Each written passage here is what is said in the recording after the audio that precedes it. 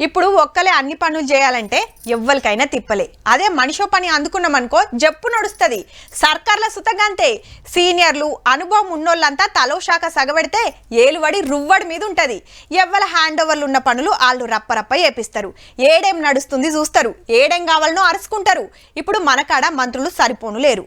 ఒక్కొక్కలే 2-3 శాఖలు చూసుకుంటున్నారు. పార్లమెంట్ ఓట్లు ఒడిచినాయి కాబట్టి పదవులు వంచే కార్యం ముంగట్టుకొస్తుందని గాంధీ భవన్ల గుసగుసలు. కొత్త మంత్రులు రాబోతున్నారనే చర్చ జోరుగా నడుస్తుంది. 18 మందికి ఛాన్స్ ఉంటే ఇప్పుడు 12 మందే ఉన్నారు. ఇంకో 6 సీట్లు ఖాళీ ఉంటే 16 మంది పోటీ పడతారు. ముఖ్యమంత్రి సార్ ఢిల్లీలో ఉన్నాడు కాబట్టి పార్టీ పెద్దలతో గీ ముచ్చట కూడా మాట్లాడే ఛాన్స్ ఉందట.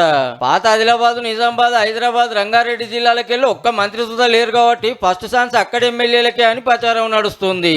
రంగారెడ్డి జిల్లా తరపున మల్రెడ్డి రంగారెడ్డి, రామ్మోహన్ రెడ్డి, మనోహర్ రెడ్డి సార్ల పేర్లు బగ్గిన పడుతున్నాయి. నిజామాబాద్ జిల్లా నుంచి సీనియర్ లీడర్ సుదర్శన్ రెడ్డి, మదన్ మోహన్ రావు సార్లు లైన్లు ఉన్నారు.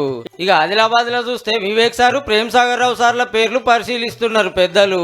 హైదరాబాద్ లో ఒక్క సీటు కూడా గెలవని కాంగ్రెస్ మొన్న కంటోన్మెంట్ ఉప ఎన్నికల గెలిచింది. కార్తీక్ వచ్చి ఎంపీగా పోటీ చేసి ఓడిన దానం నాగేందర్ సార్ గట్టి పైరో చేస్తుండట మినిస్ట్రీ కోసానికి. అయితే పార్లమెంట్ ఎలక్షన్ లో ఎమ్మెల్యేల కమాయి వాళ్ళ ఇలాకాలో వచ్చిన ఓట్లను సుతా లెక్కలకు తీసుకుంటారటుల్లో. అంతేకాదు బీఆర్ఎస్ లకెళ్లి కొందరు ఎమ్మెల్యేలు కాంగ్రెస్ లకు వచ్చుడు ఖాయమైతుంది. దానిలో ఒకరిద్దరు మంత్రులు కావచ్చని గాంధీ భవన్ లో గుసగుసలు. అట్లనే కొత్త పిసిసి అధ్యక్షుని సుత పెట్టేయాల అయింది. ఇన్ని రోజుల కాంచి రేవంత్ రెడ్డి సారే ఉన్నాడు కాబట్టి ఏ రొట్టోళ్ళకి ఇయ్యాల్సిందే. ఇక అధికార పార్టీ అధ్యక్షుడు అంటే పతార పెద్దగానే ఉంటది కాబట్టి చాలా మందే పోటీ పడుతున్నారు.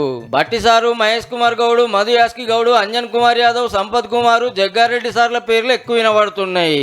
అయితే సీఎం పదవి రెడ్డిలకు ఇచ్చారు కాబట్టి పిసిసి సీటు ఏరేటోళ్ళకి ఇచ్చే ఛాన్స్ ఉందట. మంత్రులు కూడా ఇయ్యారని చాలా మంది అంటున్నమాట.